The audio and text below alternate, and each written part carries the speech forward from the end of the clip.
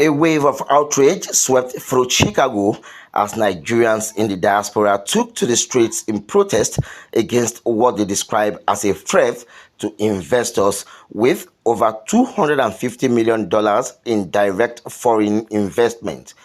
The demonstrators called on President Bola Ahmed Tinubu to intervene and uphold the promises he made to diaspora Nigerians regarding investment security and economic contributions to the country. The protest, which saw a significant turnout of aggrieved investors, was led by engineer Stella Okengu, Managing Director and Chief Executive Officer of Winhomes Estate Global Services. She expressed deep frustration over the alleged fraudulent dealings within Nigeria's Ministry of Works, accusing Minister Dave Umahi of misconduct and abuse of office. According to Okengu, the minister's actions have put private interests above public welfare, resulting in severe financial losses for numerous investors. Okengu revealed shocking allegations stating that a bribe of 200 million naira was allegedly demanded by the Deputy Federal Controller of Works, Olufemi Dare, to manipulate the Coastal Alignment Project in favor of Foreign Investors Network of Nigeria and the Association of Nigerians in the Diaspora. Despite obtaining legal documentation and a federal high court ruling ordering a halt to all coastal highway-related activities, Okengu claimed the Minister of Works has continued to defy court orders and proceed with the project. She further criticized the foreign investors and certain interest groups, including the Foreign Investors Network of Nigeria and the Association of Nigerians in the Diaspora. She further alleged that despite holding the necessary legal documents and securing a federal high court ruling that ordered all activities related to the Coastal Highway project to be put on hold, Minister Umahi continued to defy the court's directive. She lamented that despite submitting petitions to the Independent Corrupt Practices Commission (ICPC), the agency declined to investigate, claiming that the matter was a civil dispute. Okengu also accused Umahi of a history of land appropriation, recalling an incident during his tenure as governor of Ebonyi State, where he allegedly deprived a woman of her rightful property. Furthermore, she pointed fingers at Top Mercy Group of companies, alleging that it serves as a conduit for collecting illicit payments on behalf of the Ministry of Works. Okengu emphasized that investors have suffered massive financial losses, with compensation packages falling far below the actual worth of their properties, effectively trapping their investments. Time, like what happened, I've told you people, we have all our documentation, we have the coastal road right-of-way clearance, we have our governor's consent, we have everything. But because we have a reckless minister, a minister that abuses his office, a minister that empowers his ministry to perpetuate corruption. Because I brought this to his notice. Maybe if I have given the 200 million in cash, in dollars, that they told me to change, the Assistant Federal Controller of Works, Olufemi Dare, told me that people from, what do they call it?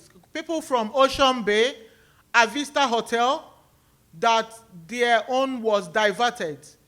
If I had gone through that route, made my investors to pay that money, 200 million naira in dollars, this wouldn't have been happening to us. They would have diverted it to another place. But I am someone that believes in justice. I am someone that believes that this dispensation will give us what we want. But unfortunately, the reverse is the case. I remember when I went to Nigeria and the Assistant Federal Controller of Works told me to come and meet the Federal Controller of Works so that this will end. I want to refer to the President. Imagine when you are here as a student working, and after making your little money, your 9 to 5, and you come back to your beloved country to invest it back. You invested it, and what you will see is someone, you've done all your due diligence, you got all your documents, or a company that has done their due diligence and got all their documentation. Now, the next thing you are hearing is that the property has been taken over by Coastal Road. Why there is a place that was earmarked for Coastal Road before. Engineer David Umahi also claimed that he is looking at human face. But if you go through that perimeter, I have videos of almost 300 houses that has been demolished by him. Yes. I'm also standing on the innocent Nigerians that built along that perimeter that has all their documentation and everything, that the Minister of Works demolished their houses. Some of their houses are 200 million and above. They were paid 26 million, 31 million. Bribed your ministry, come. You still go back to our property. You are claiming that is a bare land. How is it a bare land? When we have photographs of the constructions that we have done there, that is worth 7 billion naira. That is almost $3 million that you demolished, and you called it a bare land. Engineer David Umahi, I am telling you, we have all our documentation, and the Coastal Road alignment, which was earmarked 2006 by the now President of Nigeria, is the law. Once in a while in your life, obey the law and investigate your ministry if you are saying that your hand is not there. Because Avista Hotel that you saved, everybody knows that they bribed their way through your ministry. Yes. When I confronted your Federal Controller of Works and told her to meet us in court, she told me that I will not even see her in court. That is the lawyers. You always make mouth that you have 10 sons, 7 sons, SAN, that is defending you people. With Nigeria taxpayer money, you are making mouth. You are using Nigeria money, Nigeria fund, to frustrate Nigerians, especially Nigerians in diaspora. Americans that believe in Nigeria came down to invest in Nigeria. You have said that I want to jeopardize the effort of the president. I'm telling you that you are the one that is jeopardizing the effort of the president by the illegal and reckless diversion. An investor who expressed deep disappointment in the Nigerian investment climate. She stated that she had been encouraged to invest in the country, but had ultimately lost her entire investment.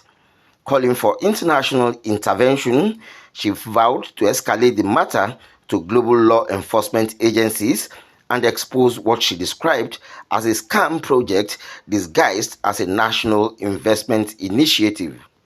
Goes beyond investment. This is about the unlawful corruption in Nigeria that has been going on for many, many years and generations and decades.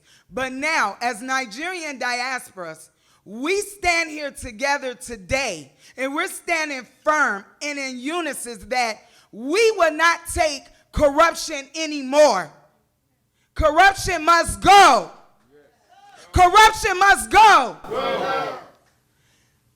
I have never seen such a man, David Omahi, that says he's a minister of works. And in his last conference, he claimed that he's trying to rebuild Nigeria, but you woke up one day and you started demolitioning and tearing Nigeria down. It is the biggest scandal and the biggest scheme that any country can stand behind. Nigerians in diaspora from various backgrounds also voiced their grievances. Faluyi Oluwadare Joseph, a former Labour Party aspirant, emphasized that political affiliations should not be used as a tool to deny people their rightful investments. He urged government to take swift action and protect both local and foreign investors from exploitation. Call a spade a spade. And what I'm doing is calling a spade a spade. I want Nigerians to work. I want my country to work, because poverty, injustice in Nigeria does not know any party. Illegality in Nigeria does not know political party.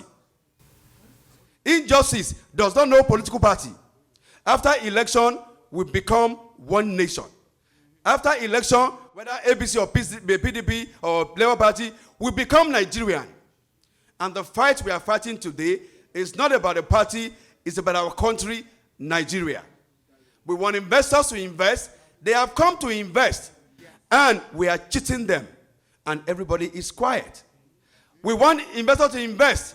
They have done protests, they have done letters, they have done everything, but everybody is silent. Another protester, Adekunle Adeleke, popularly known as LLC Newsflash Entertainment World, passionately appealed to President Tinubu to put an end to the ongoing suffering of affected investors. Despite their grievances, he assured that the diaspora community remains supportive of the administration, but stressed the need for immediate government intervention. I support you, I still love you, and I cannot stop loving you. Because I know that all these people that you are working with, these ministers and senators, they are working against you, Baba. Baba, Chicago la wa yi, inu àwọn èèyàn ò dùn. Àwọn tó ń wò yìí, inú wọn ò dùn. And I know that one of these days, ẹ sì tún máa fẹ́ padà lọ, because renewal òpin yín tẹ̀ ń ṣe, afẹ́kẹ́ gbé débi tó dára. Àwọn èèyàn yìí ṣiṣẹ́ against yín ni, Baba Tinubu. See, we love you, Tinubu, and we will not stop loving you. We are in Chicago. A couple of weeks ago, we are in Houston. Today, we are in Chicago. We came to your second home. If you want to come to America, I believe you will come to Chicago. And people want to bring drums, dancers to come to the airport to celebrate you. You are doing a good job. Nigeria is changing. Everything is going fine. But this minister is working against you. The protesters urged President Tinubu to uphold his renewed hope agenda by ensuring transparency, accountability, and the protection of investments made by diaspora Nigerians. They stressed that while they remain committed to contributing to the nation's development, their confidence in the system is at risk unless urgent measures are taken to rectify the situation. As the protest gained traction, calls for a thorough investigation into the Ministry of Works and its officials intensified. Protesters insisted that the president must address their grievances, investigate the alleged misconduct, and restore faith in Nigeria's investment climate. With international attention now being drawn to the case, the coming days could see increased pressure on the Nigerian government to take decisive action on what has been described as one of the biggest property investment scandals affecting Nigerians in the diaspora.